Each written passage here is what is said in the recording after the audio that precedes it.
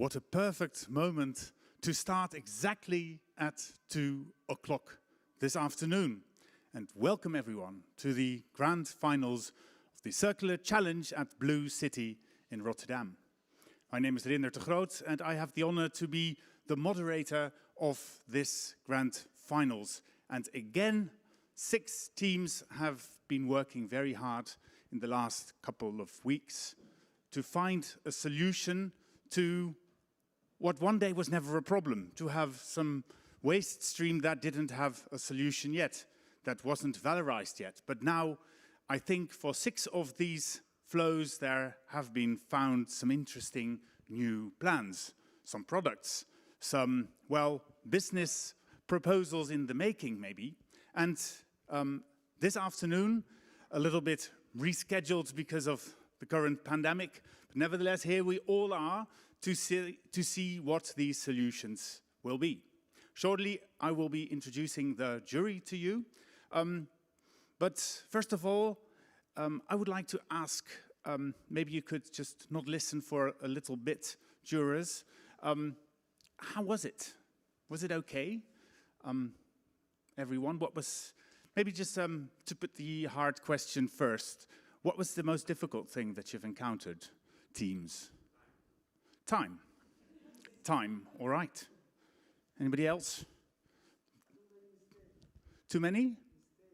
Mistakes. You didn't hear that. Anything else? Team members that didn't agree with you? Was that any problem? Never. Uh-huh. All right. Anybody else? Combining it with a full-time job. What's your full-time job? My full-time job, I'm a project engineer. So how did you do that? How did you manage? Late nights. I can imagine, I can imagine. Anybody else? What was the most, maybe then the positive question, what was the most fun part? What was the best thing that you encountered while doing this? Experimenting in the lab. New people, getting to know new people, yeah. Discovering your social side, and so on.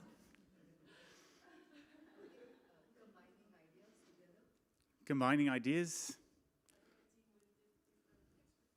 Different expertise. Was it only fun or also hard sometimes? She knew a lot, so yeah. That's good. Other people? What was interesting? What was unexpected? Anything unexpected happening? Who changed their idea completely, that you think, oh, we've gone completely on the wrong track and now we have to find our way all over again? Anybody? Maybe you don't want to tell this now that the jury is listening, of course. Might be. Any trouble with the organization? No? Everything smooth? Can't believe it. Yeah, I guess so. Anybody wish to add anything? Anybody say what would, let's say, this question, the unexpected part. There must be somebody who had some experience that they hadn't thought before starting that they would encounter that. Anyone? Give an example, please. Yeah, I didn't have any practical experience in the fashion industry, for instance, and now we're going to solve a problem within the fashion industry. So then everything is new and unexpected and a challenge, right? And what was the most unexpected thing about the fashion industry that you didn't know before? I have to say that the amount of people that are putting so much effort and energy into changing it. Cool. Anybody else? Yeah? I think for me it was as well the business side. So in university you learn a lot in depth on knowledge, but not on, like, if you have a good idea, I'm an engineer, it's not that you really learn what to do with it. So this is a good start, I think, for that as well. Great. Thanks a lot. Before we start introducing the jury and then going into the 6 wonderful, I hope, ideas about what to do with this forgotten waste stream, I would like to ask Niels Braams to come forward. He's the partner manager at Blue City here. and maybe he could go into what will happen next and what the winning team will actually win. Niels. Thank you. Yeah, on behalf of Blue City, a warm welcome to all of you. And in special the companies, the water municipalities, the young professionals who made this all possible, and of course the jury, and all the people who are watching online. This event is streamed live, so also welcome to all of you who are watching online. From Blue City, we're really excited for this final and to enhance together circular entrepreneurship. And I would like to share with you what the prize is. If you have not seen it yet, we have here a nice circular trophy that will be for the winner tonight. And next to this trophy, the winner will get 3 months of free use of the BioLab, Blue City's BioLab, what's under here, under the swimming pool, and also the working space in Blue City.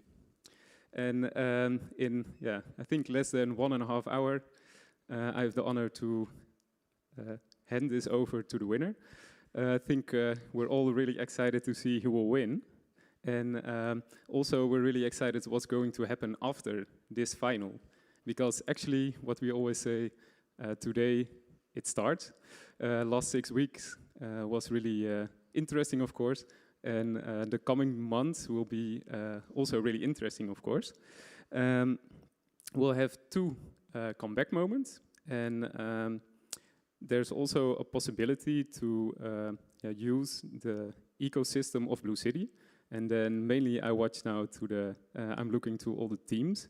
An invitation from here, from the stage, to really fully use the possibilities in the ecosystem of Blue City to bring the prototype to the market. And we would love to help you with that. We have impact investors in the ecosystem, sales opportunities, everything you need, juridical knowledge about the waste stream and more. And more information about that will be shared on the comeback moment. Our CEO Sabine Biesheuvel, she will help with that, and also Nienke Binnendijk from our BioLab. They will be present in the comeback moment. For the rest, there's also the possibility to use production facilities in Blue City. So if you're thinking about that, already some people contacted me.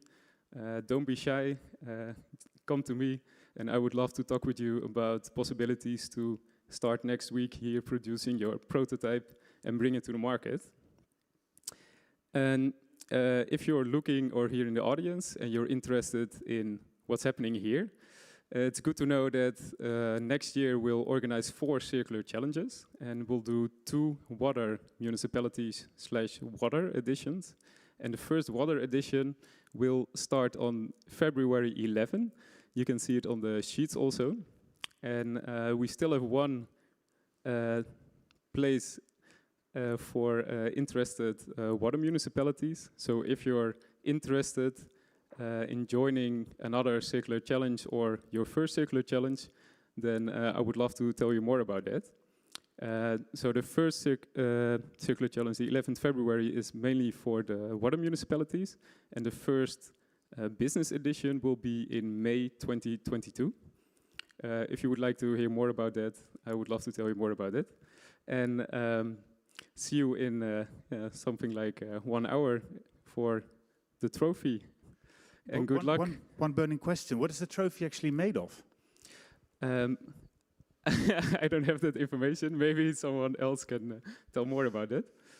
But it's made in our BioLab, and it's always made of circular materials.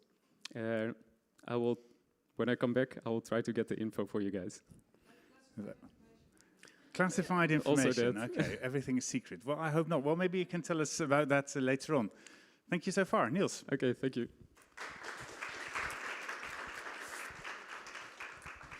Then I would like to introduce to you the jury, wise and experienced people that will have to think of a verdict today.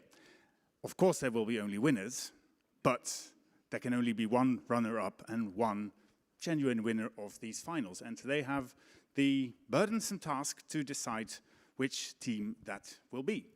And I will present him to you from left to right. José van der Klauw, you are with Van Dijk Flora, and we might say you might be a little bit of the sustainability expert on the jury. Maybe you can stand up and grab a mic. Yeah. So, a round Do of I need applause. a mic? Yes, yes, yeah. For No, the also for the viewers at home that they're okay, watching from sorry. the. So yeah, what will you be looking at? I will be, well, I'm a sustainability manager at Van Dijk Flora, so it's a big company of, exporting company of flowers and plants. My expertise in sustainability is wide, not just in the horticultural sector, but I've been working with many companies in different areas and field of expertise. So my main focus of my judging today will be in the aspect of how the ideas can be maybe scaled up or adjusted maybe somehow, whatever, to the more mainstream business life in the Netherlands or abroad. So that would be my input, I think. All right. And what makes a good, let's say, sustainable project these days, or business, or startup? Well, first of all, I think we are looking for impact. So an impact can only be made when it's quite easily incorporated in a business, and that is a challenge by itself, because easy is never real. But it has to be in a certain way that we can easily start working on it and make the first steps. So and it needs to be also driven and taken up by the people who are working with it. So it's not just a one-man show. It's always a cooperation of people within a business, I guess. Thank you very much. So, is there anything, a tip that you would like to give to all the teams before they start? Well, as I said, it's always a team effort. So keep on looking for these new perspectives on an issue always.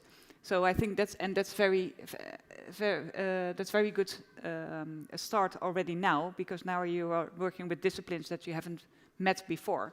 So always keep on doing that. I think that's a wise lesson. All right. Bring that with you. Thank you very much, José.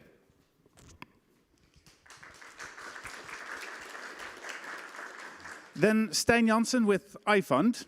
Yes. Also for him, warm round of applause. Stijn, tell me a little bit, iFund is an investment vehicle for startups, right? So in the, let's say, would these teams already qualify, or is that a bit early maybe?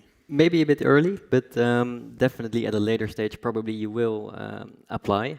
We invest from 200,000 euros. So depending on the business plan, obviously this is a chance. It's peanuts for these people.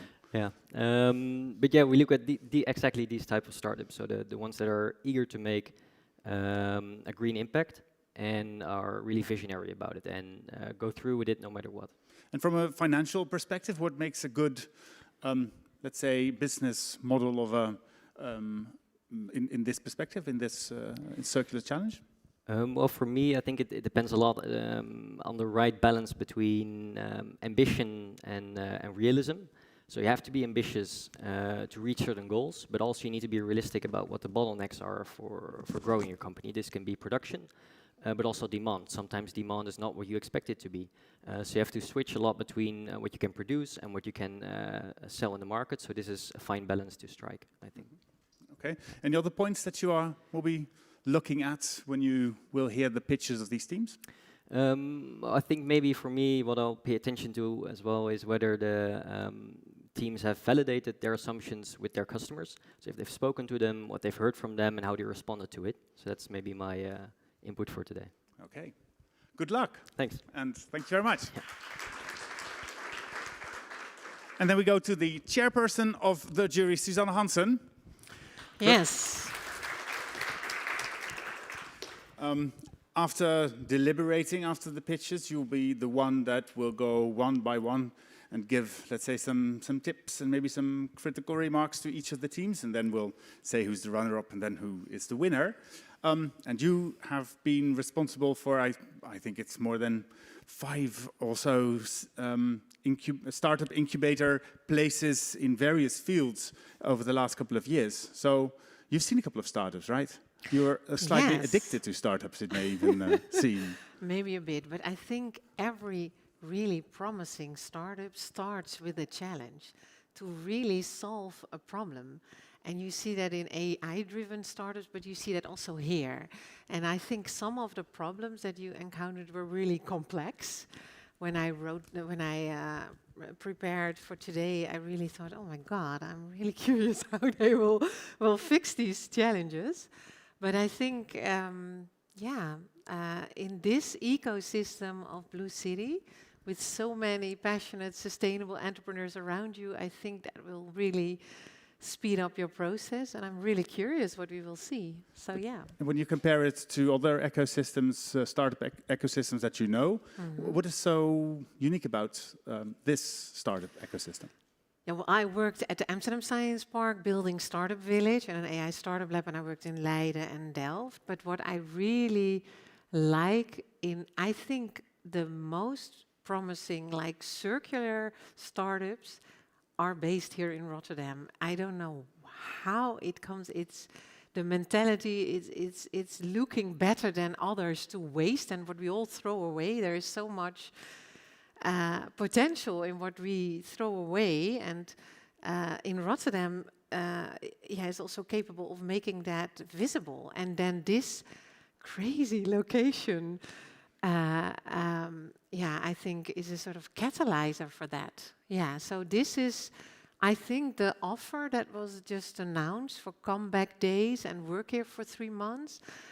I totally agree that it's not over now after this event. It starts from there, because then you can show character and make the next steps and see if you're really serious about it and want to get to the next level. And then you need this ecosystem. You need serendipity of going to have a coffee and then see somebody rich and interesting to connect to your company. So you need an ecosystem like this. So I hope, after this event, you will come back, and I hope I will also come back here.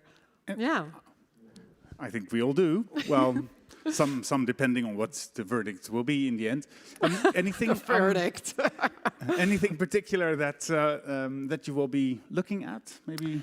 Yeah, just before the first pitch starts. Yeah, you all have seen the criteria, and I strongly believe that the concept, the idea, that should be strong and clear, and it should be presented clear in a designful way, hopefully, so that you can really think of what is the service, what is the new product that you want to sell. So I'm looking at the concept of the idea, but also at the team. Who are the drivers behind this idea?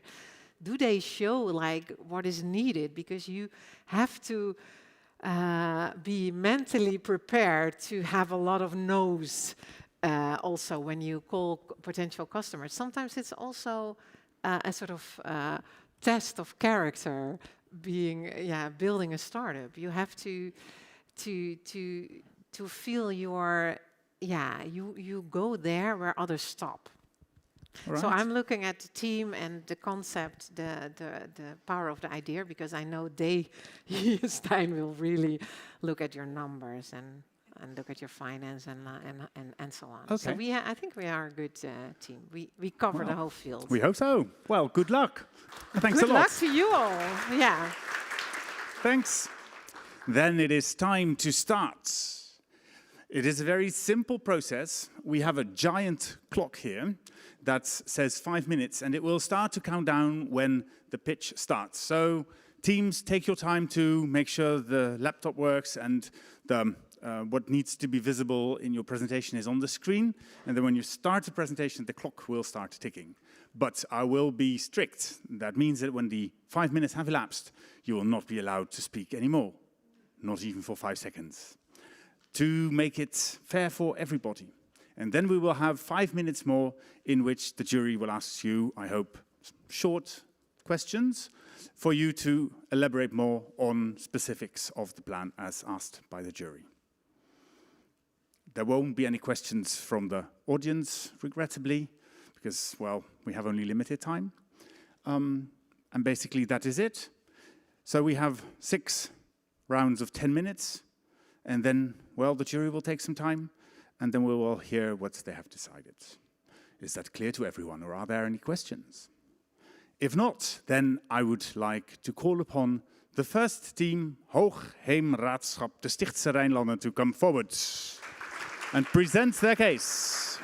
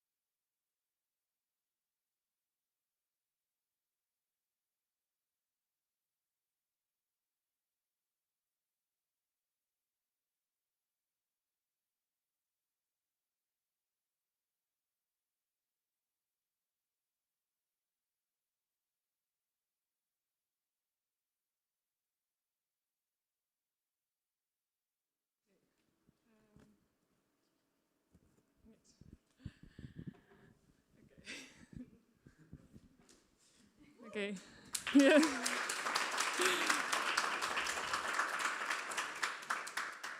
Yes. So welcome.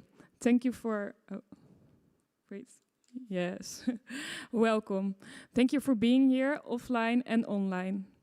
We're Team Digest with our slogan van prutje naar hutje.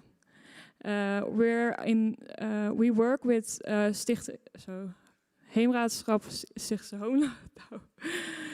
Heemraadschap van de Stichtse Rijnlanden to find a solution for our digest state. That's our waste stream. Did you know that every year 135,000 hedgehogs are getting killed by human behavior in the Netherlands? That's a lot, right? That's 380 every day. So why is this a problem? In the last 10 years, the hedgehog population has decreased by 50%. Hedgehogs are protected by the Nature Protecting Act, and they are a valuable part of our ecosystem because they eat the snails in your garden to protect your plants. So they are pest controllers. How can we help the hedgehogs? This is where the Stichtse Rijnlanden comes into the picture. With their process, they can make, collect 300,000 ton of clippings every year, and they put it in 2 years. They want to build a biogas installation to make the digestate from it. So they can collect 21,000 ton digestates every year. So you see it here in the buckets. And this is our waste stream we have to work with. While doing our research, we found out several strengths of our material. So at first, it's made from grass, so it's biodegradable and bio-based. So it's not harmful for your ground if you put it on the ground. It's a local material because it's made from the Netherlands, and it's rich in fiber and nutrients, and it's easy to process, like a fiberboard. You can hear this. So with our waste stream, we made the hedgehog. It's a hiding and sleeping place for the hedgehogs during the winter. You see it here is our prototype, yes, and you see over there, you can see the real one. So it's bio-based because it's made of grass. So you can just leave it, and biodegradable, so you can just leave it on the ground. And when you leave it there, it will enrich your ground, enrich your soil if you put it on the ground after the winter. And as a thank you gift, in the spring there will come up little flowers when the seeds that we put in the material will start to sprout.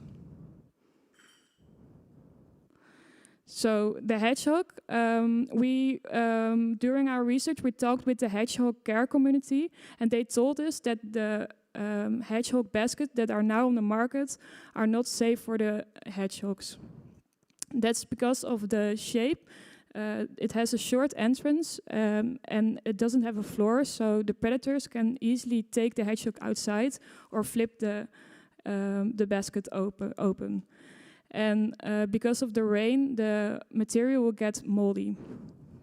So we improved this design with a PHA coating. So that's bio-based and biodegradable, so it will protect it from the rain. We have a floor inside it and a long entrance, and it's made from different parts, so it can be compactly transported. A hedgehog likes to have search for a new house every winter, so it's nice to have a new house every year. So we can make a new house every year. So this is the process. So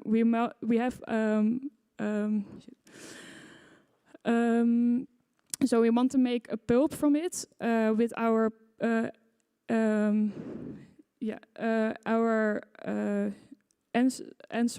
outsourced pulp mold machine. So we want to form it into another shape, into the 3 parts you saw before.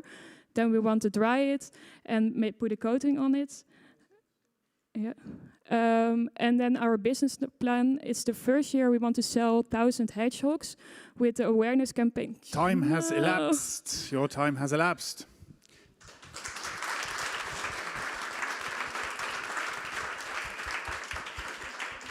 May I ask the jury to ask the first question? Yep. Am I all hearable? Loud and clear. Go ahead. So thanks a lot for the presentation. I really liked it, especially because you have the cuteness factor with the hedgehogs, and I was shocked to learn that there are so many of them killed each year. I didn't even know there were so many in the Netherlands. But yeah, obviously a problem that needs to be solved, and I think especially since you talked with the care community, that helps a lot. How did that help you in changing the design or changing the way you bring the product to customers? Because there are already a lot of them in the market, hedgehog houses. How would you approach that? So what I told, like the design, we first found out that there are a lot of parts not great about the design, so we take all that down.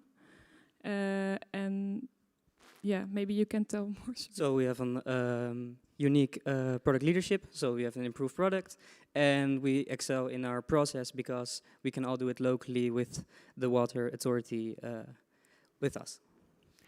Yeah, maybe as a follow-up question, because I noticed you mentioned also a subscription. Don't you think people might be, or customers might be a bit subscription tired because of all the many subscriptions that are targeted with? Yeah, but our product just lasts a year, and then after a year we can provide them with a new product. So, and the houses that are now available are not working, so we have a solution for that. Right. Yeah, also my compliments, a very lovable presentation where you really show your steps. I was wondering, why is it so affordable? Tell a bit more about how you come to this price, and did you do research? Did you test it? Most of the houses are made of wood and come from China, so it's a long transportation process, and we can all do it in the Netherlands, and we don't have many costs of the material itself because it's provided by the water authority. The only thing we have are transport costs, labor costs, some material for the coating, and packaging, and it comes around €7, €7.50. But labor costs in the Netherlands are quite high. Did you really Yes. Okay. Yeah, just checking. Yeah. And what are your plans? That's my second. What is your plan after this event today, as a team, with this product? So I wanted to say that, but I didn't got the time to do it. But we want to explore other applications for temporary board materials. So we make this cardboard that's really strong, and we want to see if we can build more hutjes or houses from it. And we experiment already with mycelium, and we also want to experiment with Kaumera. That's already in the Waterschap. There's also a waste stream over there, and maybe we can combine it together for a composite board. And we want to experiment more with the future digestate, because in 2 years there's gonna be a process system, and then we want to see like what's really coming out of that. Yeah. So do you see yourself then as a sort of designer of materials, as a prototyping company to explore the potential, or what will you do with this specific product idea that you developed? We have a lot of digestate, and if we only make hedgehogs, we need to make like 4 million, and we need 4 million customers. So we're looking for other ways to also spread the risk of really getting the digestate away. So there's more of this material, but how about you? Because my question was, what will your team do after this day? We were also thinking, since this is like a seasonal product, it's more for the autumn and the winter, we're also thinking that we need to produce more, but it's a winter product, so you can't. So we want to make some other houses for like the spring, so bird houses and that kind of thing. So as a team, we need to come up with more designs and more ways that we want to use the digestates. Okay. 22 seconds, maybe a very short question. What's the mold thingy on the table? For this? Yeah, that one. Yeah. Is that this is like egg example? cartons, basically. It's the same, but this is proof that we can produce it in a bigger form than just the egg cartons that are really small. Okay. Thank you very much. Time has elapsed. Team number 1, thank you for your presentation. Nou, verrassend, hè? Dan zie je dit en dan zie je dit. And next up is Hoogheemraadschap Hollands Noorderkwartier. Please come forward.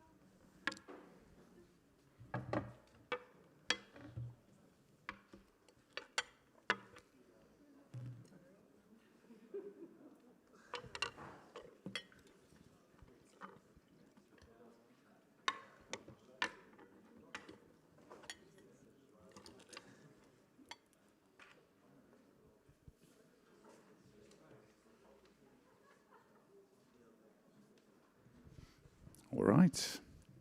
Whenever you are ready, grab the mic. When you start speaking, the clock will start ticking.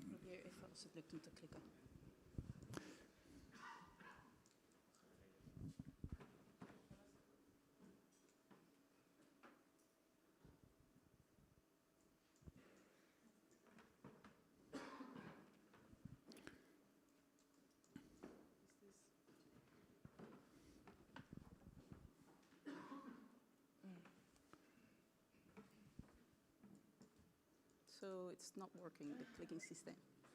Maybe you can. Oh.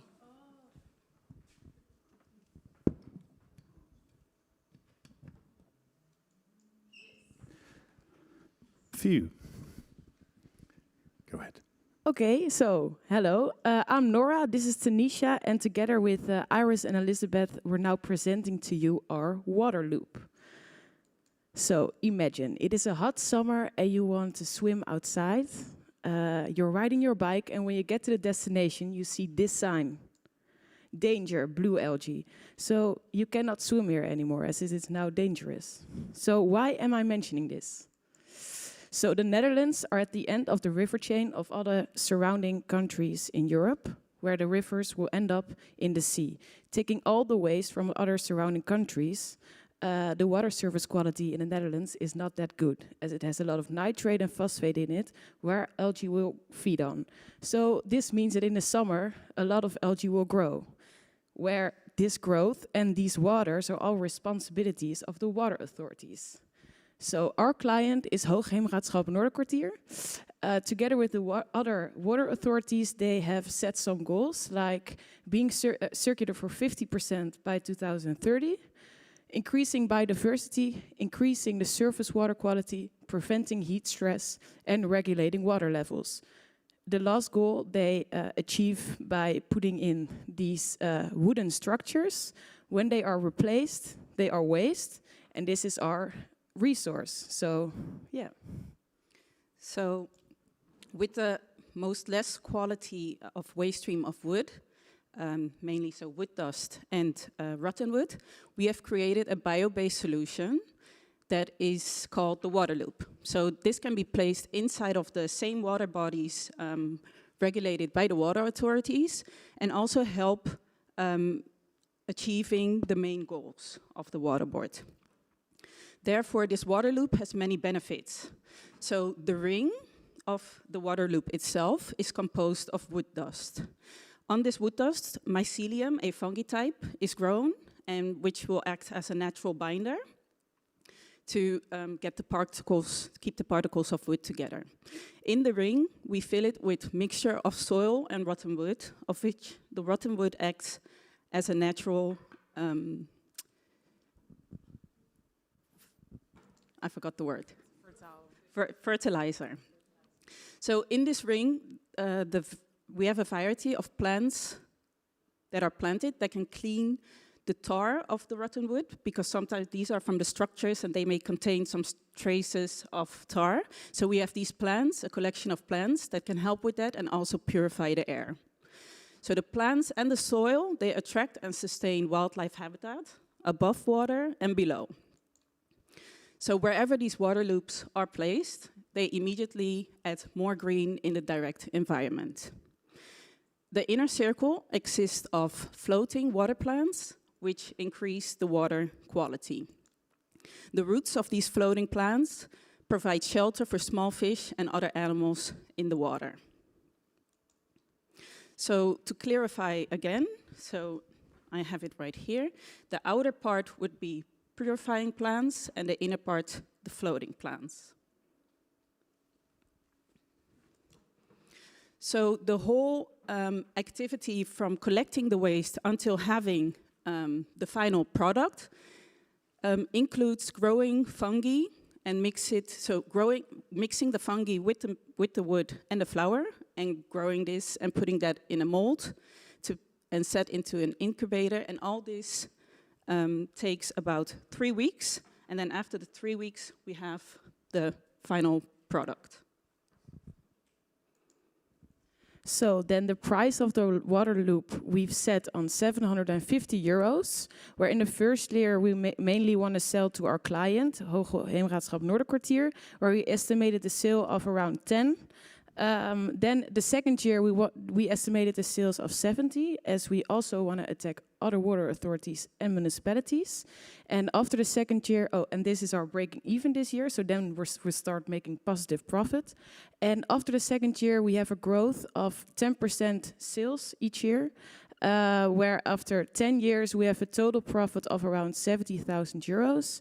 And the net present value of the water loop will be around €140,000.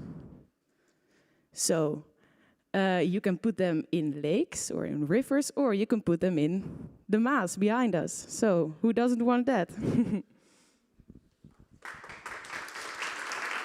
Thanks a lot. Thank you ever so much for your presentation. Jury. Yes.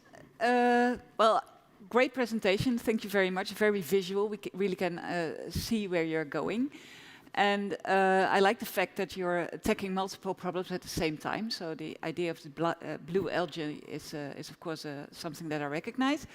And that's one thing that I was wondering about. Blue algae is quite a big problem. And I don't know how that ring is, but how many rings do you need to really solve a problem I live in Delft, in the Delftse Hout, for example? Well, that's something we couldn't investigate in the 6 weeks, unfortunately.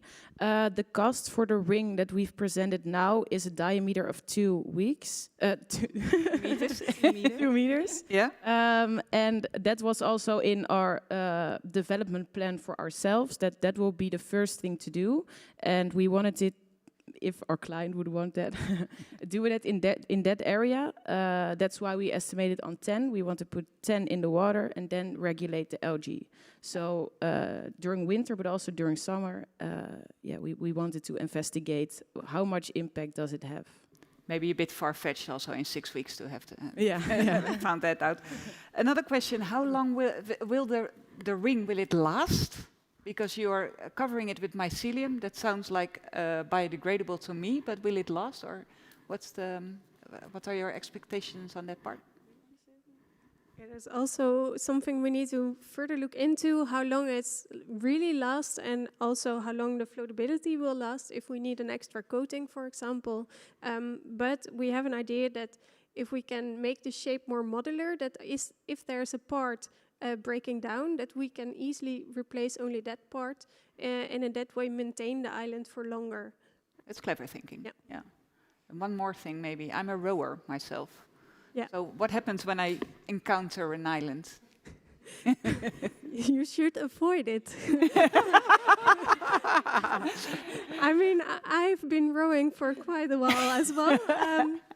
You have fishermen and those kind of people as well. So yeah, of course, there needs to be still space to use the waters in other ways too. Yeah, and also we wanted to create different kinds of dimensions. So here a mask could have a larger dimension than a small river. So that's also something that we want to develop. And we wanted to look into kind of anchoring it in some way so that it doesn't float all the way with the boats or something. So maybe use the hardwood that is also a waste stream within our client as the weight to keep it in its place. That was one option that we were thinking about. Thank you. Great. Yes, thank you. It was really also great to see such a diverse team and a beautiful presentation where you can almost feel it and touch it. I was wondering about the business side of it. Have you looked at other potential customers for this amazing island? For example, ports, just to mention.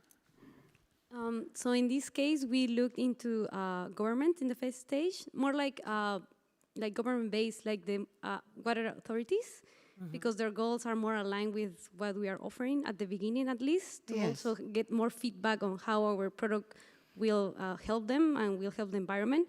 And we have been thinking of then development a little bit farther for more like recreation places or houses that are next to waterways as well. Yeah. Ports, right now we didn't take in consideration, but it's a good idea as well. Could be.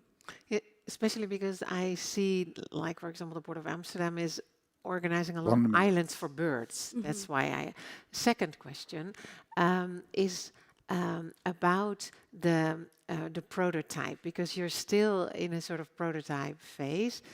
Did you also check what is happening when you put, like when birds, for example, climb on your island?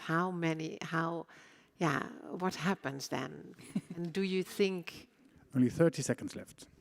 That's a really good one. In that sense, I think it can't be too small because then it will tip over. So that's experimenting with the shape is an important factor in that.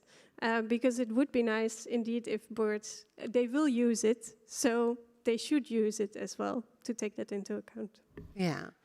The next step, now we at 8 seconds, what's your next step? What's your next step the next month and the next year? Time has elapsed. Oh no. I'm afraid. One word. Next step.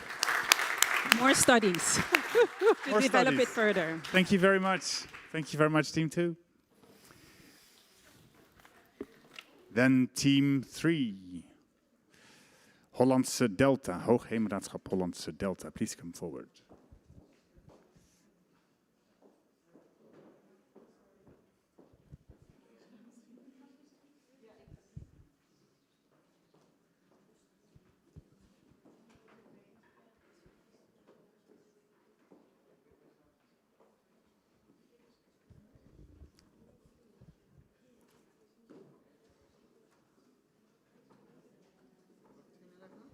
Zet me daarop.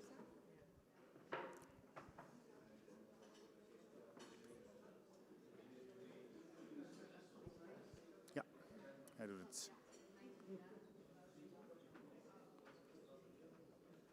All right, all set. Yes, whenever you are ready.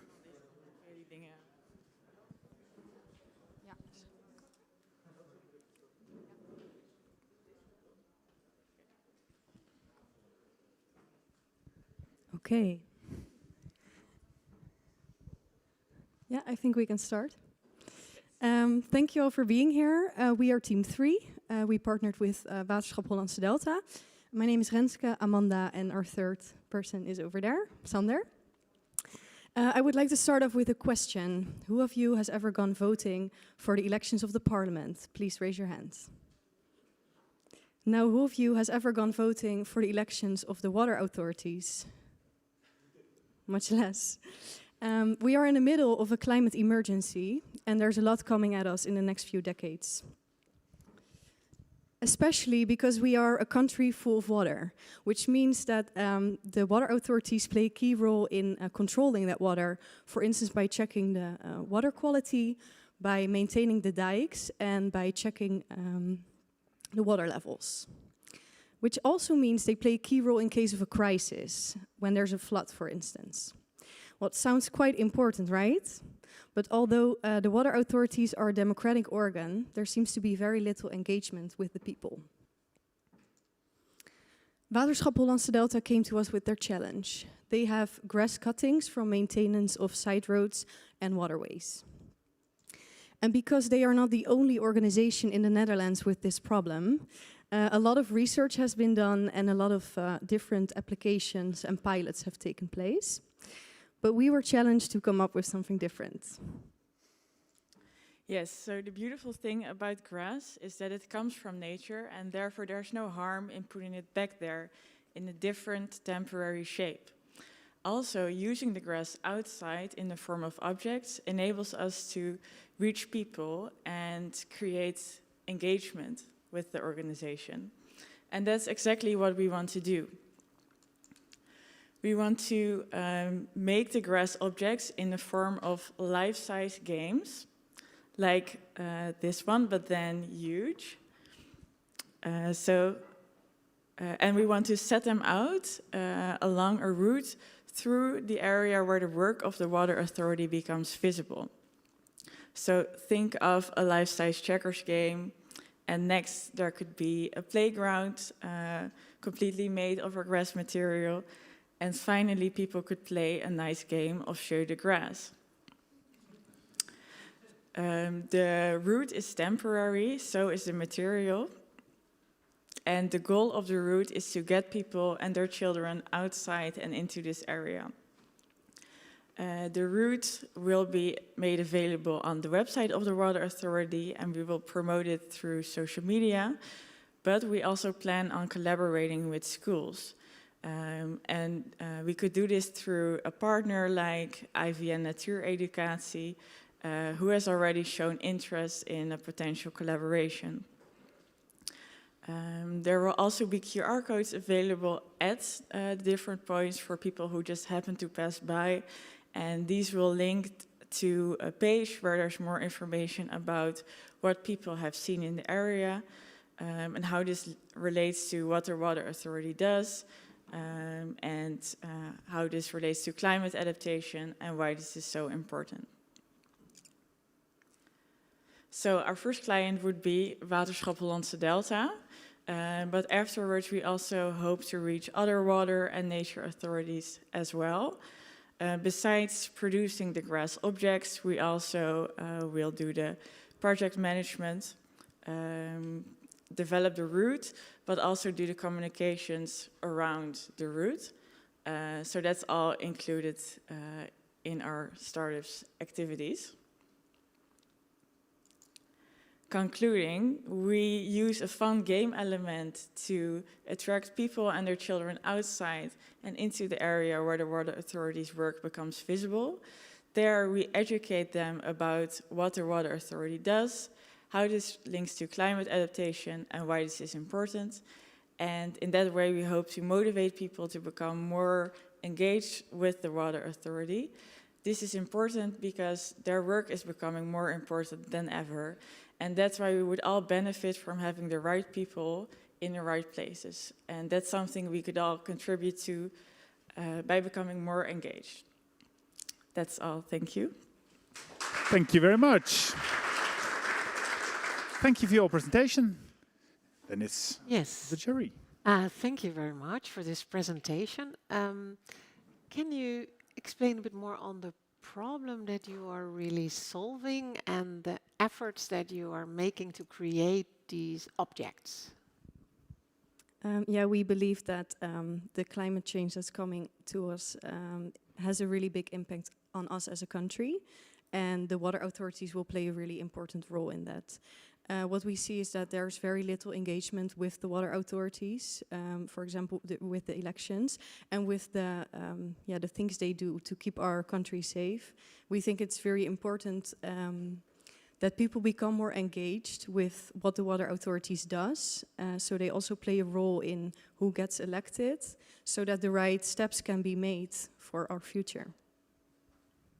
Maybe I can add something to that. So we saw the grass as a metaphor because it's transitory, and this is a transitory time. So that's basically why we thought of the composite, because the main characteristic is that it decomposes, and that it's only for the short period of time it has some properties, but then they will decay and it will go away. That was the main idea. Yeah, and the objects that you create with the grass, it takes time to create those objects on a specific location and to campaign about it and to make people, to create traffic to that to reach out to schools, to children, to neighborhoods to come to see that. Did you test it in a bigger version than this beautiful chess board? We know that only simple facilities are basically enough for us. And we can think, with the previous group, they talked about labor, and we think we can do it with on a social workplace, because it's very simple to make it actually. So then we can expand it to bigger projects. It's very easy to make this 10 times as big. It was not suited for this project. Location. But basically, you only need a big pot. Yeah. That's it. Thank you. Maybe a question for me on the partner or the IVN Natuureducatie, which you've spoken to. How can they help you, and how can you help them further? How does this add to the portfolio of routes that they already have? Okay, so basically the strategy is not threefold. It has 3 pillars. We are the communication bureau. They are the network partner, and then we have the contractors. So that's in this case it's the water board. But then we're thinking about expanding that and seek new collaborations. So is that an answer to your question? Yeah, maybe specifically for this route, how does it complement the routes that they already offer? They don't offer any routes. Ah, okay. Well, then that answers the question. Yeah, they do work with schools. So, but IVN as a partner, as a network partner, they have some ideas about how to do that and how to approach schools, because that's the bottleneck basically in this kind of collaboration. Sorry. Maybe do I understand correctly that the grass in itself is not necessarily a problem for the watership? Yeah, it is and it isn't. Because it's just grass. Yeah. I mean, the grass in your garden that the guy cuts from the municipality, you don't see it as a problem. It's just there. Okay. So the grass in itself will dissolve anyway. But we see grass more as a commodity to use more of these kind of products. It doesn't need to be grass, but our project was grass, but because there's a lot of it. Yeah. And they need to get rid of it because of the biodiversity, so they need to get the nutrients out of the border of the water, the waterway. Okay. So it is collected already. The grass is being collected, and grass then being collected. We come in when they deliver it dry, basically, and then it's the commodity that we use in a simple facility to make it this kind of product. One final question: how long will these elements last? That's a good question. We're looking into that, and we can tweak that with some other additives, like for example beeswax, to make it more, to add some waterproofing to it, because that's now a problem. Thank you very much. Time has elapsed. Team number 3, Hollandse Delta. May I call upon team number 4 to come forward. Leger des Heils, Reshare and Refashion.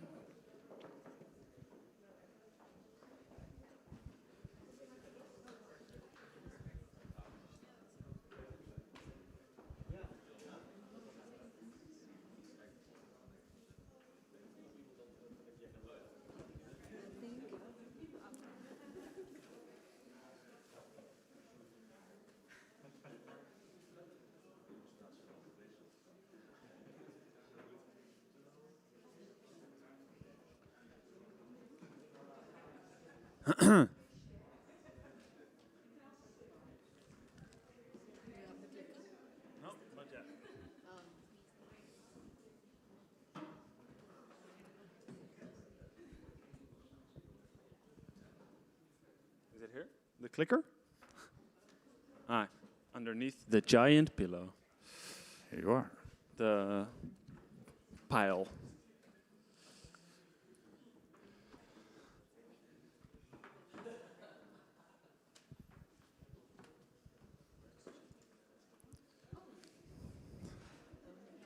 There we go.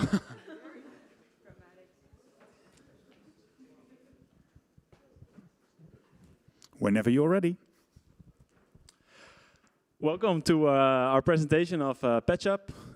We are Beke and One, and on stage you're looking at Richa and me. My name is Eric.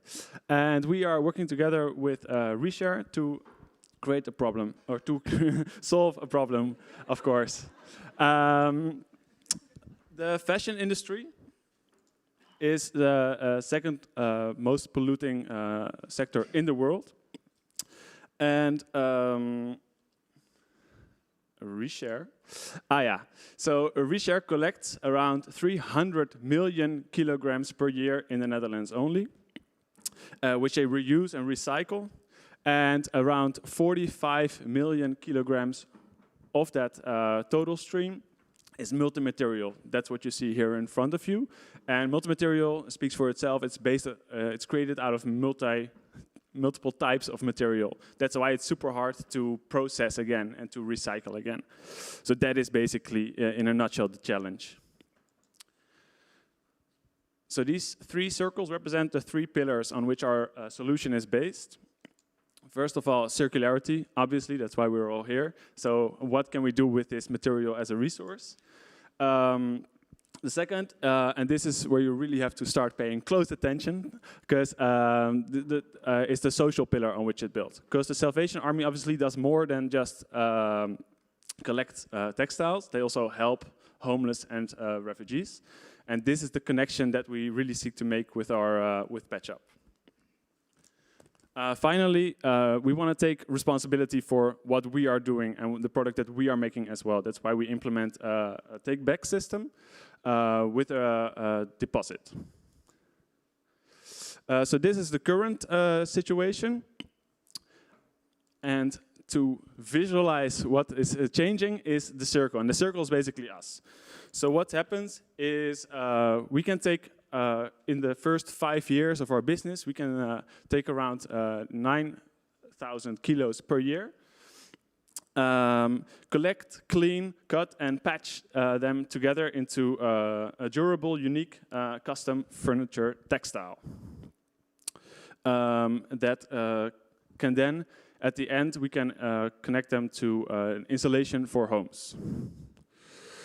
This will create around 17 jobs within the 4 years in this process for, again, the homeless and the refugees.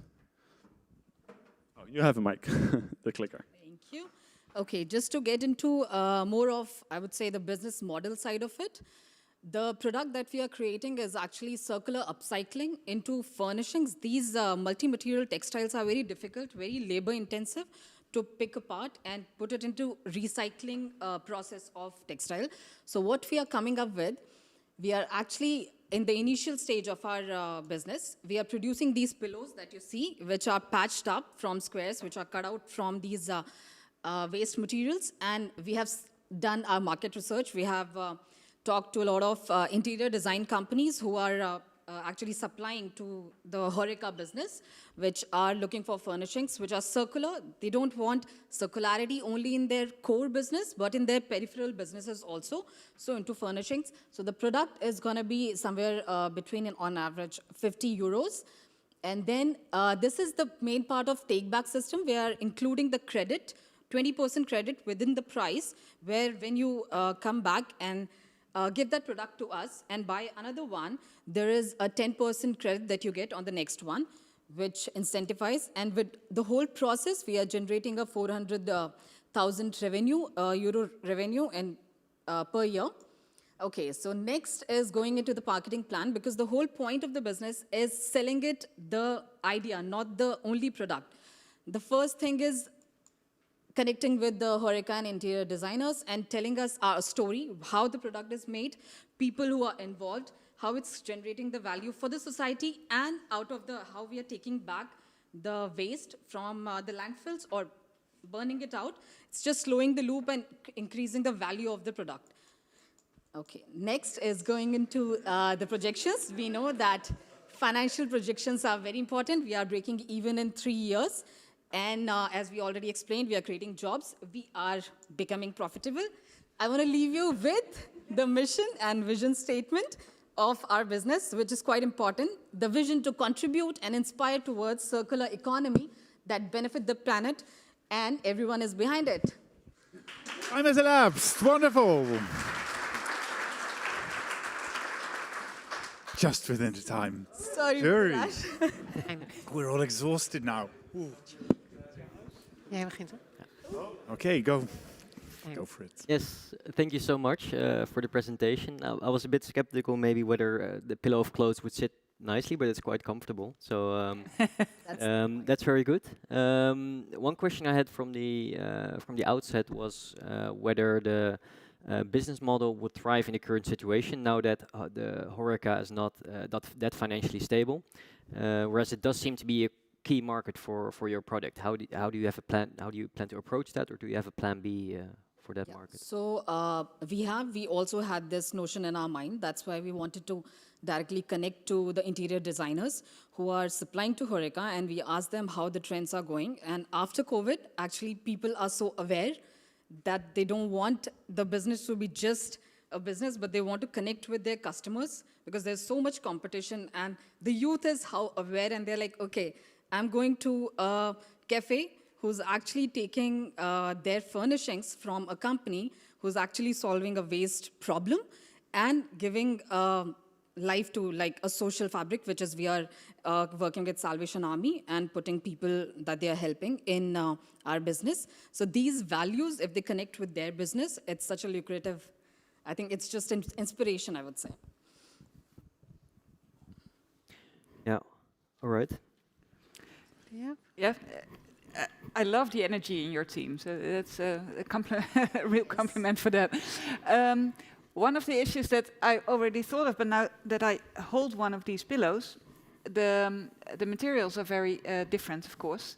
That also means something about cleaning, especially when you're using it in a cafe or in a restaurant. Have you thought about that? Yes, so we know that it's not a very lasting product. That's why we wanted to keep the customers more like in loop.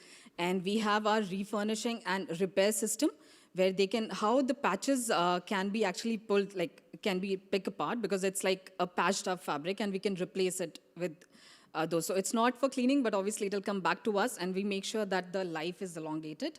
And when it serves its purpose, we'll take it back and responsibly like give it to the places where they are solving end-of-life solutions, not ending up in landfill or burning it out. Okay, thank you. Yes, I also compliment on your presentation, and I love the promise, like you promised 17 jobs in 4 years. Tell us about it. How do you see that? Okay, so so at first we get, so for 17 jobs is inclusive of both part-time and full-time staff. So for example, right now we start with first one seamstress who would make this, and also someone, I think it was one marketing, and then one designer. And then as the market grows, because we are planning to introduce new products every 6 months, so for the next 4 years. So in that case, then we start to create more jobs through that. So more demands and more people we can hire. And 17 is just a start. The pillow is just a starting point of the product line. Please speak into the microphone for the live stream. Yes. Okay, so the pillow is just a starting point for the whole product line. So every 6 months we plan on implementing a new product. So what you see right here is just the first step. So also we hope to reach a more broad public in that way, that we're not just stuck on the pillows, because that would be too small.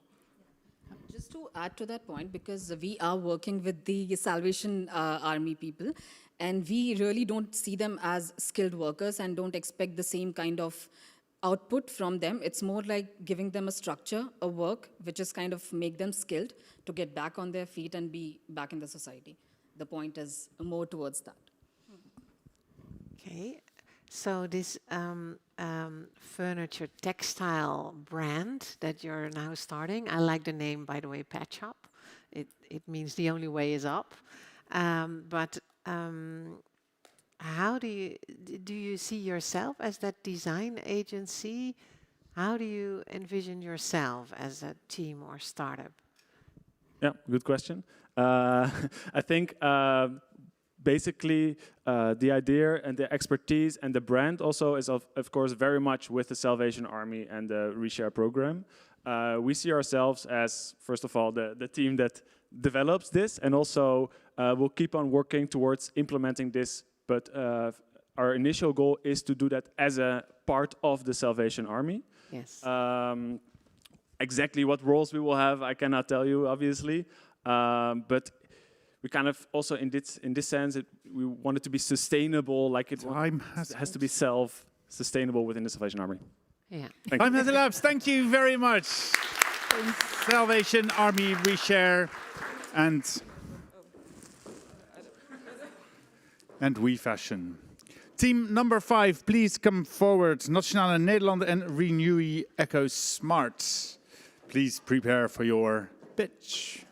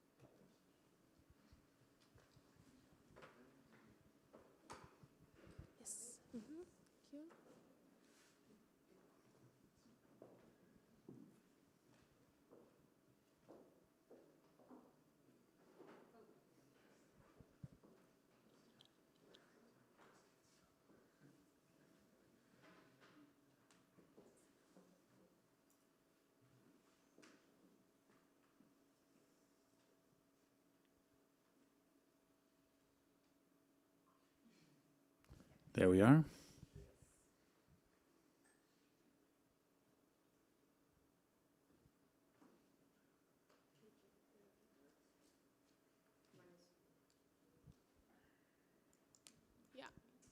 Okay, whenever you're ready. So, has anybody ever wondered what happens to these after you use them? So currently, 2 tons of these are burned every year. They're only from the Rotterdam office of the Nationale Nederlanden. And we are trying to create a better circular solution for them. So our proposition doesn't only solve this waste stream, but 2 more waste streams. We are proposing to connect to nature through compost. For that solution, we are combining tissue papers, but also the coffee grounds and the vegetable scraps from the offices. They all get put into the worm bins, and the worms do what they do best, eat and relieve themselves. So that creates nutritionist compost, which is perfect as a gift for employees, but also for business partners. So this is how it works. The tissue papers are getting put into these boxes that have a manual shredder attached. That involves the employee as well, kind of creating a really nice connection with them, and in the end, having a little arm workout, creating little itsy-bitsy pieces for the worms to eat. That is then combined together with the food scraps and the coffee scraps, which will all be picked up every evening from every floor of the office. In the basement of the NN building, you will have the worm bags that you just saw, and everything will be put in there. So we are proposing to have 2 part-time social community working places for people to make sure that the quality of the compost stays great and that the worms are happy. That's very important. So Emily is going to tell you more about the business case. So our product is firstly targeted at the 2,250 employees at the NN office in Rotterdam. We conducted a survey among the employees and found out that most of them are highly aware of the circular initiatives which currently take place at the office. Also, more than half of them really likes gardening. And we wish to combine this information in our solution. And therefore, we want to relate to this by making compost appealing to them for their gardening practices and also showing them the added circular value. However, we aim to scale up our solution first to all the other NN offices in the Netherlands, but eventually we of course want to reach all the 15,000 office spaces in the Netherlands. We see these chances to grow naturally as the Netherlands aims to be fully circular by 2050. And as our solution is not really space-bound, it can easily be implemented at other office spaces when they have the multiple waste streams available and the paper is natural and non-bleached. Yes, we believe that our solution sets out any competition as we use a holistic approach by combining multiple waste streams. Besides that, we offer an internal solution and no outsourcing to external partners is needed with also no transport costs. Besides that, we think that our communication strategy is key for creating a successful solution. We found out in our survey that the employees, they like gardening, they are aware of it, but most of them are not using compost at the moment. And therefore, open internal communication is important to let employees get informed about the quality and the purpose of the compost and also making it more approachable to them. So we were thinking of creating workshops, newsletters or mailings. Now, let's talk about the finances, the most fun part of it. Important to know is that our compost installation won't be sold, and therefore it's an investment of the NN office into their circular mission. As you can see, the costs are mentioned here, and maybe the numbers seem quite great at the moment, but we want to tell you that we think that the office gets a lot of value in return. First of all, they save 3,000 euros annually by no waste incineration and no transport costs of the waste. Besides this, 3,600 kilograms of CO2 is saved due to no burning of the waste. And besides this, our idea really relates to the circular ambitions of the NN office. And besides this, we save labor costs as we use people from the social working initiative. So, after all this information, are you connecting nature at your office too in the future? Thank you very much. Time has elapsed. The rest of the team is joining. Jury, please ask your questions. Nice to see you too. Very nice presentation. Thank you very much. Very vibrant and quite attractive as far as I'm concerned. Some questions about the whole composting story. You're using these 3 waste streams. Is there a certain fixed ratio that you have these 3 streams in, or can it be any ratio of veggie waste or coffee ground? There definitely has to be a 1/3 to 2/3 ratio of paper and cardboard. I think at the moment we are having that, but we're not taking into consideration other cardboard that they're using in the office building that obviously can be also put into the compost bins to make sure that it stays the same. There's also the potentiality of having additional, once every couple of months, like a little additional input for them that kind of brings the balance back into place. So that's what we want the people for, to make sure that they have an oversight over what's happening in the warm bags. Okay. And you said 1/3 to 2/3 ratio? Yeah, like that's fluctuating. And wet and that dry. means 1/3 of? Yes, 1/3 of everything in the whole bag. Okay. Okay. Okay. Yes, and what happens? I think I'm tending towards your question. Oh, go ahead. No, you are, and that is now currently being used for otherwise. So, what happens to Rotterdam then? They find great new collaborators. But every new collaborator also wants their worm hotels, so that's an interesting... If they have all the different aspects, of course. There's a lot of offices that don't have their own kind of caterer, so that would mean no veggie scraps. In that case, they would have the coffee grounds and potentially the paper tissues, but without the veggie scraps, it wouldn't work. Okay, okay. So we're leaving some for Rotterdam, don't worry. No, and so you do need the coffee scraps in it as well. Yeah. Okay. Thank you. Yes, I also thank you for the presentation, of course. I saw you used my question is now about the prototype itself. And because the last 2 years you see more, or 5 years, you see more and more warm compost solutions in the market. Did you do a proper competitor analysis to see what your competitors are doing in that field and their pricing? And because you use a bag, why a bag when there are a lot of bins? And well, the thing is that we're not actually producing the warm bags. The warm bags are from Wormkrukje. So we would just buy them in. That means that obviously every other person, every other company that sells these kind of warm bags, they do that, but our idea is really made to measure to the needs of the NN, and I think that's what makes it special. Okay.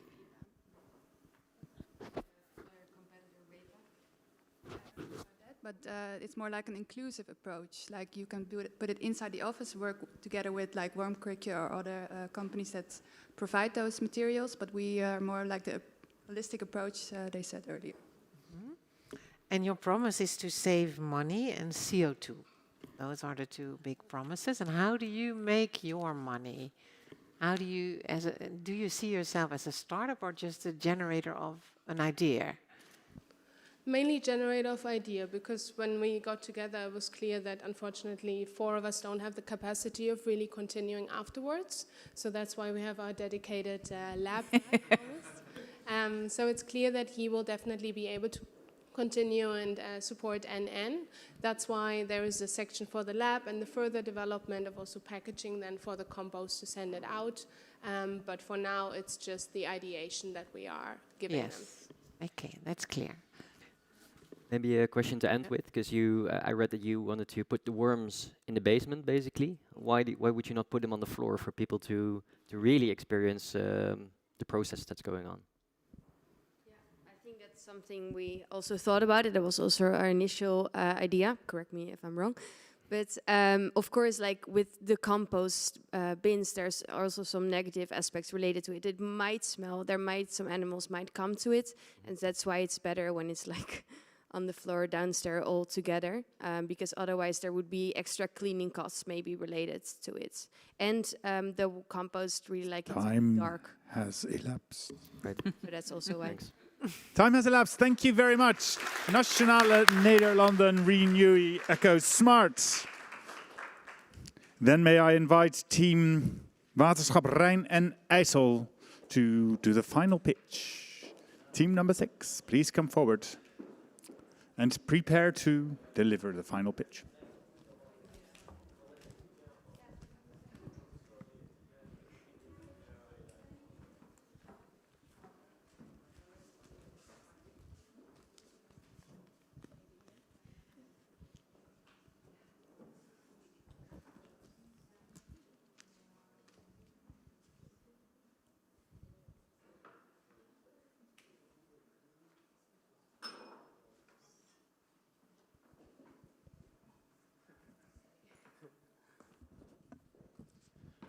All right. Good afternoon, everyone.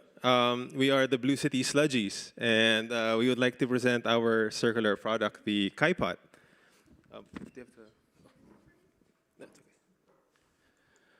All right. So our challenge was to develop a circular, economically profitable product with, believe it or not, sludge. And it's Kai sludge specifically from the Waterschap Rijn and IJssel. And so what is Kai sludge? So Kai sludge is a residual byproduct from the extraction of kaumera, which is a biopolymer. Now the kaumera is extracted from the processing and purification of water that comes from the dairy industry. And the sludge that is left behind is actually very rich in nutrients.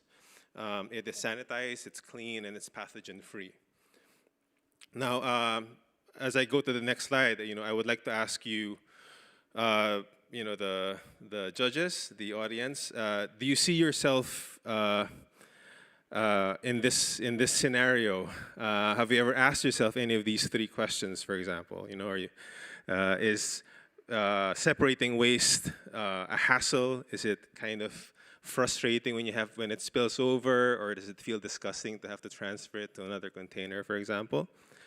I'm sure many of us do have, visceral reactions to this. And so with that, I propose our solution, which is the Kaipot.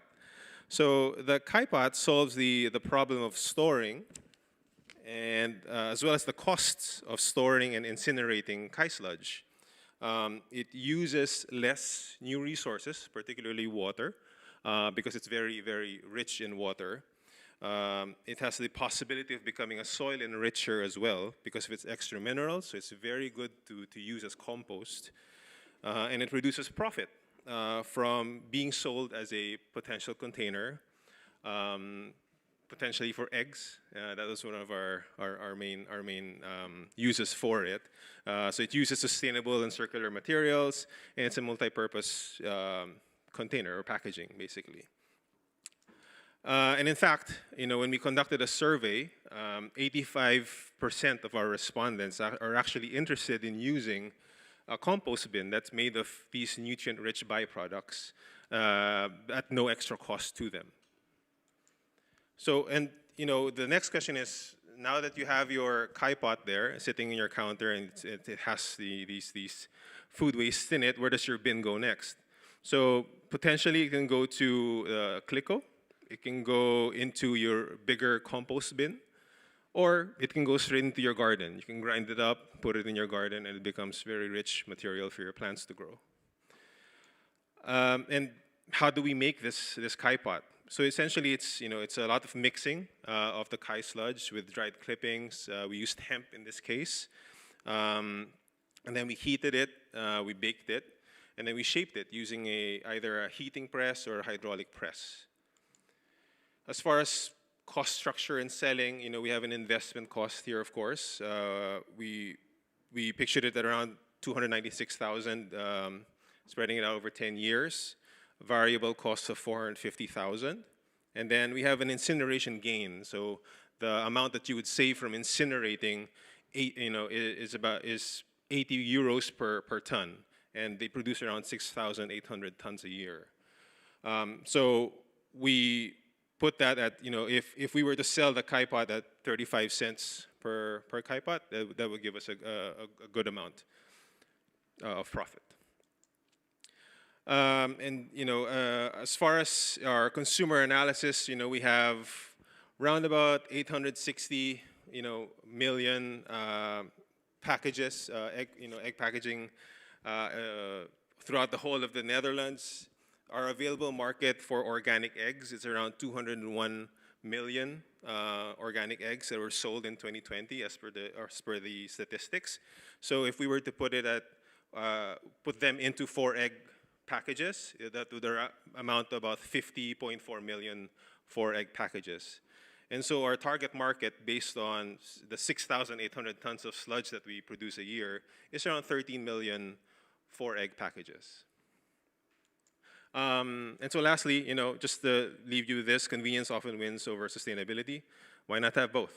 Have a Kaipot. Thank you. Thank you.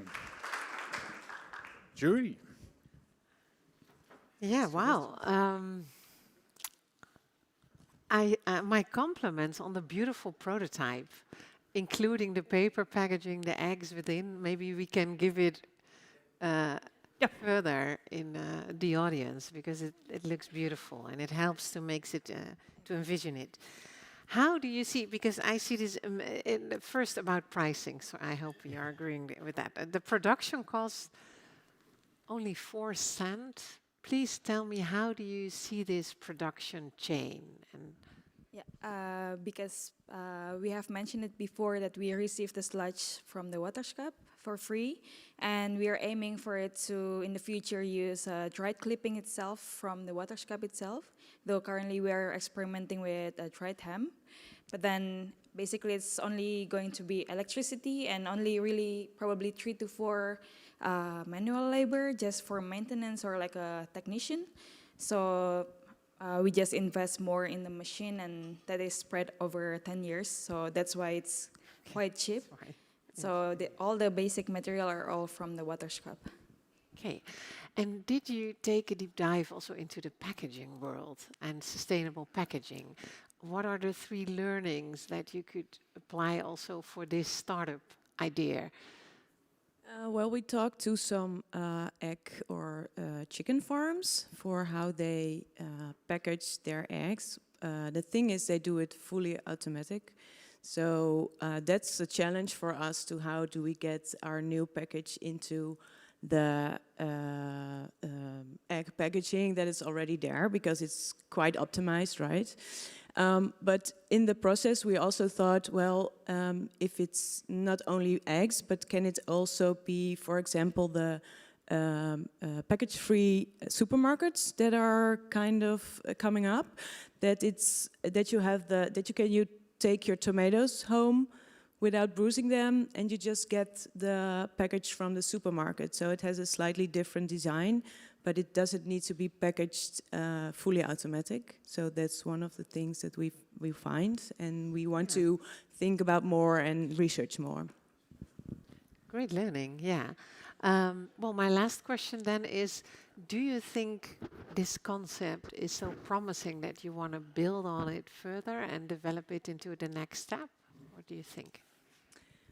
The thought I had about it is that I really want to have one. Like, I would want this to come at the market, so that would be my drive to go further with it, yes. Yeah, it's basically also, on the other side, we're also saving the Waterschap also from incinerating the sludge, which actually can be used as other materials. So it's saving the storing, also the costs, but at the same time also, comparing to normal egg packaging, they're using lots of water consumption for kind of mixing with the pulp. So instead using that pulp plus water, we can use the sludge, which already have like 85% of water content. Hey. So my take on it would be just in the terms of the design and trying to really update the design. I see it as becoming more of like a stackable type of container, like a lunchbox or a like for the dim sum. The dim sum, yes. Yeah, the and then dim you know sum. you kind of get rid of your food waste that way. You know, after one fills up, you throw it away, then you have one underneath it. That's sort of where I'm seeing this as going forward. If there is questions of scaling it, you know. Yeah. Thank you. And I feel it's quite an easy way to start with composting as well, because I think it looks quite cute. Yes. I would buy it if I see it in the supermarket, and it would make me think like, oh, it's actually quite easy to start this composting. So. Yeah. Maybe as a final question, or if there's time enough, you did a customer survey, just like the NN group. What did you learn from that was unexpected, or maybe caught you off guard? For me, the best takeaway was that we thought that regular egg packaging had really no issues with it, but we decided to pose the question anyway. And a lot of people would be open to having like a new design, something that's more portable, something that will fit in like a bag if they have to go to the grocery at short notice, something that protects the egg better. These are questions that we never thought were actual questions, but they ended up being, you know, something that people would like. Yeah. And does it have to be eggs? No, not at all. Not at all. No. Yeah. In fact, it can even be just if ever, just a regular compost bin. Yeah. Exactly. Time has elapsed. Thank you very much, team Waterschap Rijn en IJssel. So now, it is time for the jury to withdraw, think, talk, and decide. That will be hard, I think. So I wish you good luck. We will take a break. We might be a little bit flexible to allow you to take your time. For those watching on the online stream, keep an eye out to the live stream. We will go offline and then restart no earlier than 4:15 and no later than 4:30. So watch out when we start again. I wish you all the wisdom in the world and see you back after some sweating downstairs in your skybox.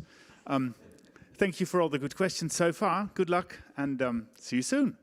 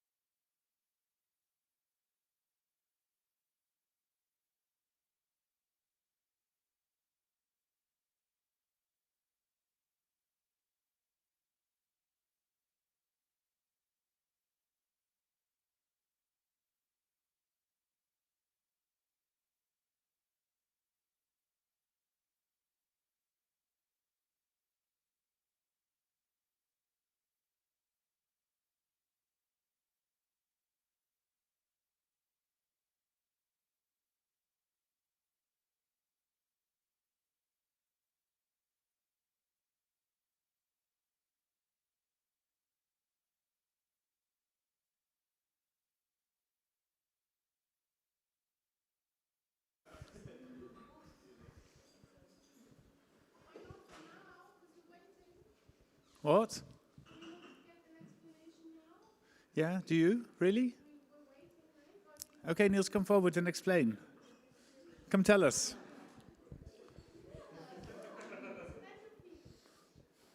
Are we back online? Stream online? Hello. Here we are. We're waiting for the jury. They'll be here shortly. In the meantime, Niels will explain what the trophy is made of.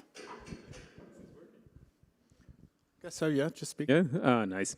No, I made a call with the guys from the Blue City Lab. You all know Anders and Marlijn, I think.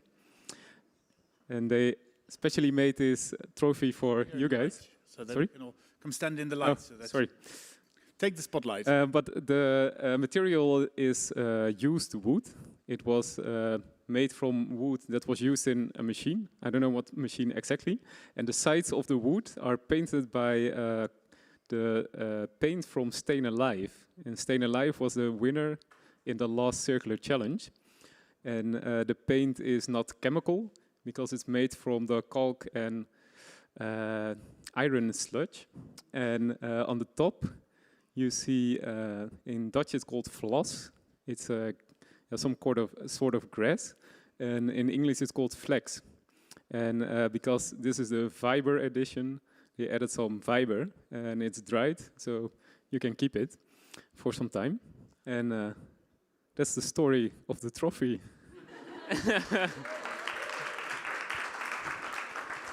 Jury is still not here. Tell us some more. Yeah, I can also tell you more, because I forgot to mention one thing previous.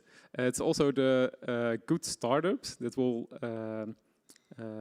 start from this challenge. So the coming months will be really interesting. We would love to see a lot of startups starting from the prototype. And we have a new program within Blue City, and it's called the Blue City Accelerator. So what the circular challenge actually is that you go from a waste stream, you go to a prototype. And in this next program, which is also available for startups that are coming from the Blue City Circular Challenge, it's that you go from a prototype, you will go to a mini factory. And the idea, or what we often see with circular startups, is that you are a bit between the process of that your customers, your potential customers, they are asking you like, hey, when can you produce, then we can buy your product. But at the other side, the potential investors, they're asking like, hey, where are your customers? So it's a bit like the kip and egg story, the kip and ei verhaal, that's how we say it in Dutch, and that you are a bit in between. And to solve that problem, we started this Blue Series Accelerator. And in the accelerator program, we'll help you to really go from the prototype to the 1 million factory. And we'll also help you with the juridical issues of the waste stream, because it has quite some aspects. So be aware of that the good startups from this program, they can flow to the next program. And one of the partners is, for example, Renewi. They will partner in this program, and also some other like bigger national names. More information we'll give you in the comeback moment. I see the jury is here, so Jury's here. I will put the microphone down again. Good luck, and see you in some minutes. Thanks. Thanks a lot. All right. So we now have discovered what the trophy is made of. And now we all want to know to which team it will go. So, Susanne, please come forward. And let us go through the teams one by one first.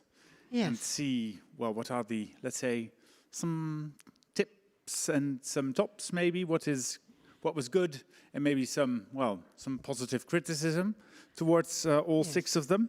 First of all, we had Hoogheemraadschap De Stichtse Rijnlanden with Digestate. What would you like to say? Yes, well, we as a jury, we were really impressed by this team. We thought the presentation and also the prototype itself was very designful, and society is more and more design driven. So everything you want to bring into market, you should design it as beautiful as possible.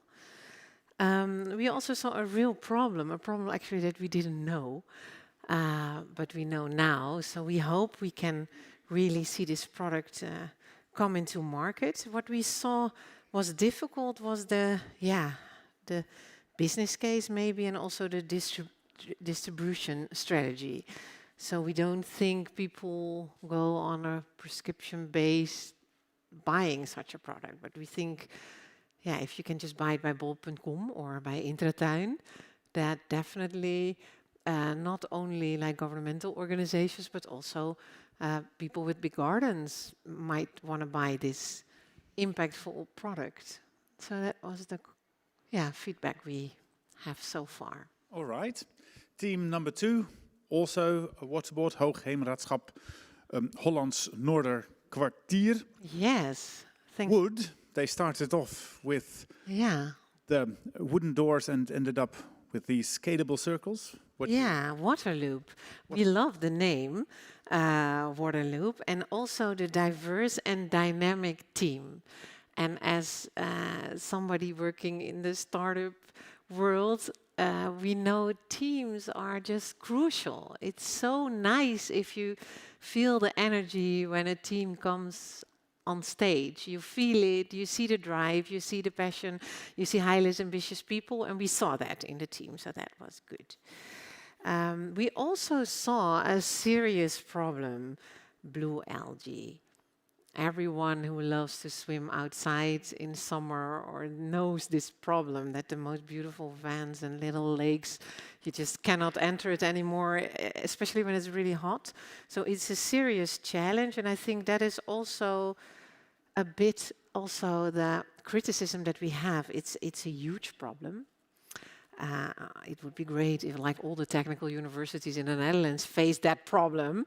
And then we saw this really designful solution that you created. So also there, that was good. The drawings were nice, and you saw it was really, there was a lot of attention in the design of the product. But we didn't really feel, is this really something that can face the difficult challenge of blue algae in the lakes? It needs so much extra research before you actually know. and prototyping. And so it was also a sort of huge prototype, although it was presented very beautifully in the water. But still to make, we felt maybe you need more business-minded people in your team. And you're not there yet. There's really a lot to do. So highly ambitious, but also therefore critical in the sense of what comes next, like a list of 100 actions to take. Okay. Team number 3, Hoogheemraadschap Hollandse Delta. Yes. With clippings, grass clippings. Yeah, the grass route. Thanks for the out-of-the-box thinking. This was like the first and only gamification startup with the aim also to try to seduce people to vote also on their dijkgraaf. Is that a word? When you want to vote for the local or no, that's I don't think you vote for them, but the water board. And now I'm probably looking now, and now, oh my God, I'm so sorry. You did vote, let's right? You did go vote, back I to hope. the grass and the elements in the landscape, and that you can. Let's go back to that. Now we think it's important to, when you create an idea, you also have to think about the execution of an idea. And also as a marketing and communication agency that you see yourself, you need to know that every idea asks for execution, time, power, energy, ways to transport all these grass balls, elements in the landscape, and then get people to see it and to get the link with the elections and so on. So it was a nice idea, but we didn't think we saw really a problem that was solved, and we didn't see it actually happening, to be very critical. Okay. Yeah. And then we go to team number 4, Leger des Heils, Reshare, and We Fashion. Patch. Good. Yeah, the patched. Yeah. The patch cushions. Yeah, it's always fantastic when there is a prototype that you can actually touch, feel, and and envision. Do I want to buy it or not? And we thought we saw a beautiful prototype. We saw a holistic approach to actually also generate jobs, which is really important in these times where not everybody knows about every election and every. Anyway. So we saw energy in the team. We saw a good, nice, interesting team. But we also think, to be critical, that innovation takes more than a pillow. And the problem of all these, like, for example, what happens in 20 years with your Colbert, yeah, you never know. It's difficult to like reuse that. So also there, the execution of actually somebody sewing all these difficult textiles and create something new out of it, it's just not easy. And we were not completely convinced if the Salvation Army would really see like that you now generated this design that will make a difference for them. So it was a beautiful attempt and interesting to test it further within, but we didn't see also the startup, the next step, and you also don't see it as a team because you shared that afterwards.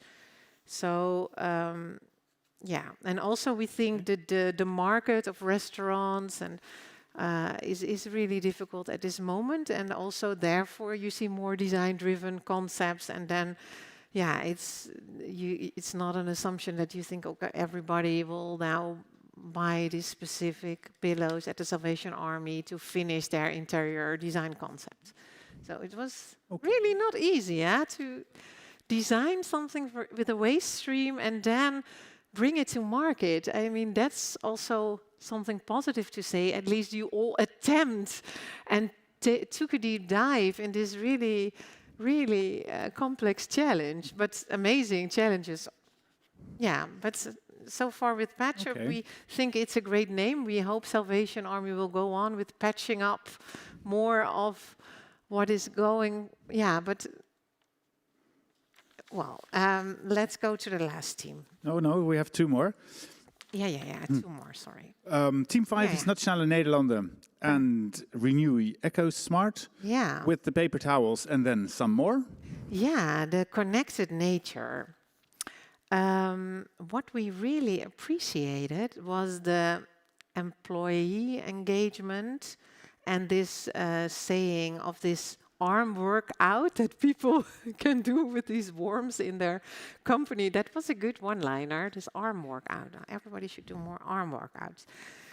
But the critical part, what we also saw was, it was quite costly still, this idea. It's and then you chose to just choose a worm bin product that was also already in the market, so you buy something and then add something to it, and then in the basement, and we were not completely convinced of, did you cover all the costs of actually executing this idea? Yeah, I see you. So that's why we didn't see in the end also the startup potential of that idea. Although we love the team and the presentation and so on, but you're focusing on, what do you think, this is hot, this is cool, this is what I want, or this is what we think society needs. And that is what we're looking for as a jury.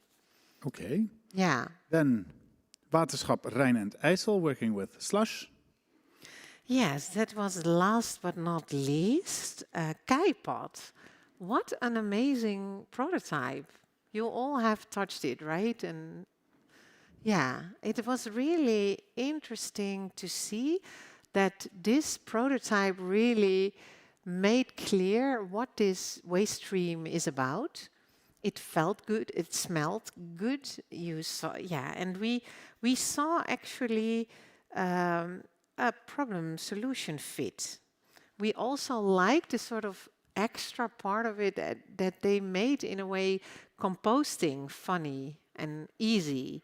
Like if you go to the supermarket and you can see such a Keipot and you think, oh, I'm also buying avocados, and then I can put the avocados also inside there or give it as a present, or so we saw potential, but we also saw that we think if you really want to bring it to market, into supermarkets, for example, there's never one machine enough.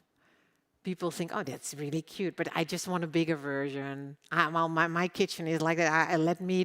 So you always need different applications, also for business maybe, and for people at home. That makes the price go up a bit, we think. And although you take maybe 10 years to earn it. So in terms of the costs and the different sizes or applications, we think there is more research to do and testing. But we saw potential. Yeah. All right. Now, do you know now what you think? Well, I could hear some differences in your intonation, but maybe still. Is it still a surprise? Do you think it will be? Well, I guess so. Well, I have to be honest, we didn't agree about the runner-up. It took some time, yes. It was a fight, it took an hour, to be honest. Yeah. We had three different favorites, all of but we cannot share the... It's all a secret. But you did agree on the winner then, or?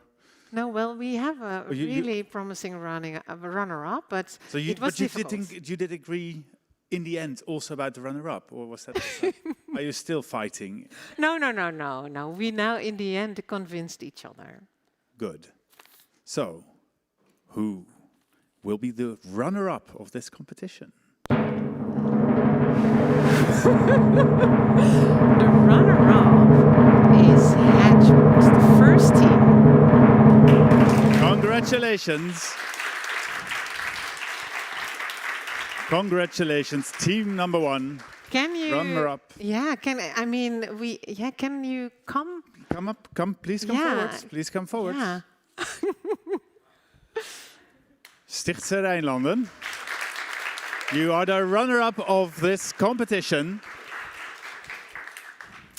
Yes, to finish our feedback, we thought the way you presented this box, this designful product, we just loved it. We thought, really, go on and bring this to market. You will help so many animals and animal lovers with it, and the hedge needs protection, and you cover that part and make it even better than the existing products. So tell us, are you going to produce this beautiful product?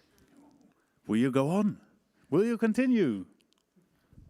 I just wanted to say that our product is basically already kind of production ready, but the difficult thing is we don't have the actual digestate yet, but we think it's also doable with the grass right now.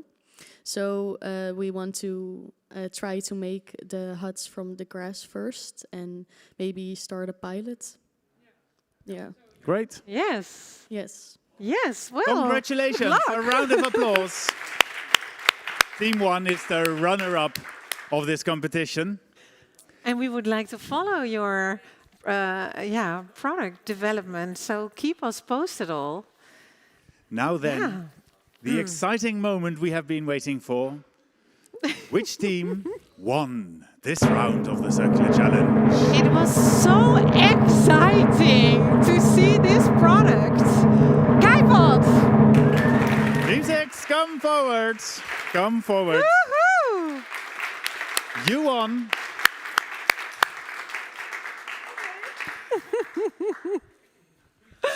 Bring the prototype. Wow. Congratulations.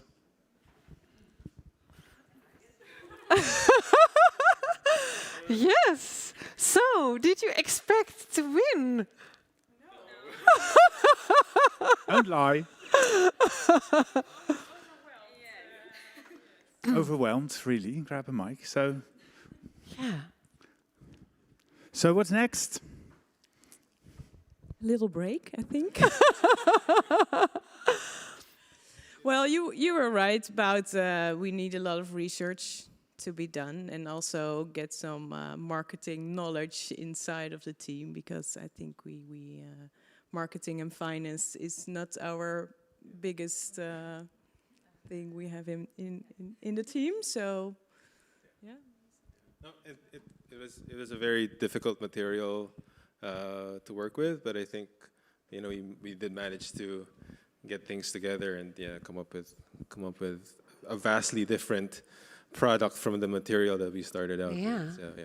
It's a beautiful example of every startup starts with a challenge. It was a complex challenge, but there is now something that you can feel and can envision, you can buy in the supermarket, or you can see it with visiting others in their kitchen. And so I think also in the region of Wageningen, where this is like the waste stream is spotted, I think it would be really interesting also to see if you can find pilot partners that say, hey, let's do this together, and let's, so yeah, and so we really, I think maybe you can add, if you want, we see you as a promising team and as a promising product, and I think it would be great if in this really cool environment of this blue city, you will, after the break, everybody needs a break around Christmas, but then come back here and then bring these bright heads together and then find some mentors and great entrepreneurs you admire, because when you want to start a company, you learn most of other entrepreneurs around you, and I think we're in a space where you have them everywhere. Even the barista probably has some sort of sustainable startup. So good luck. And do you want to add something? Well, we have something important to add, and that is they have a trophy. Yes! Oh, they yes! have a trophy. So that's Niels. Would you come too? Where's Niels? Yes. Oh, so that's your part. Yeah. So thank you very much for bringing us to this important moment. Now, Niels, we have already learned that this is a very sustainable trophy. And you also have brought some paperwork that you will need to sign, so... Yeah, so here I have the trophy. I will give it to you in some seconds. And I also brought the rental contract. So the prize is, next to this trophy, is that you can use the Blue City Lab 3 months for free. And also that you guys get a workspace in Blue City, so a desk to work from. And to meet all the people in the ecosystem. We have 40 circular entrepreneurs. They're working from here, from inside of the swimming pool. And they're really interested to meet you and to help you and to be in contact with you. And of course, congratulations on behalf of the whole ecosystem, Blue City.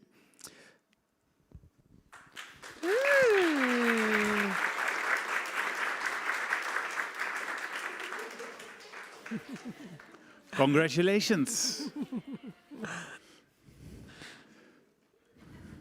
Congratulations, and here's the paperwork for the rental contract. You give up all your privacy, but well, you can use the room. Het is toch altijd wel, dat is heel moeilijk wat je dan moet zeggen. Oh, sorry.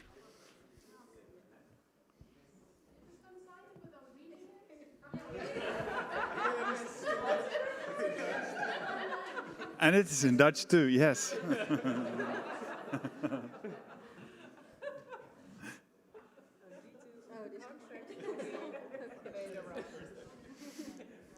This is not a real contract.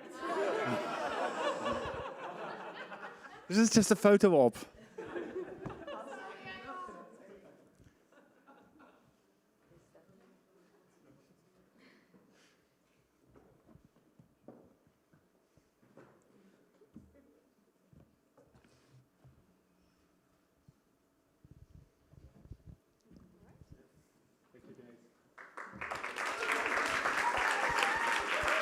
Thanks a lot and congratulations again. Thank you.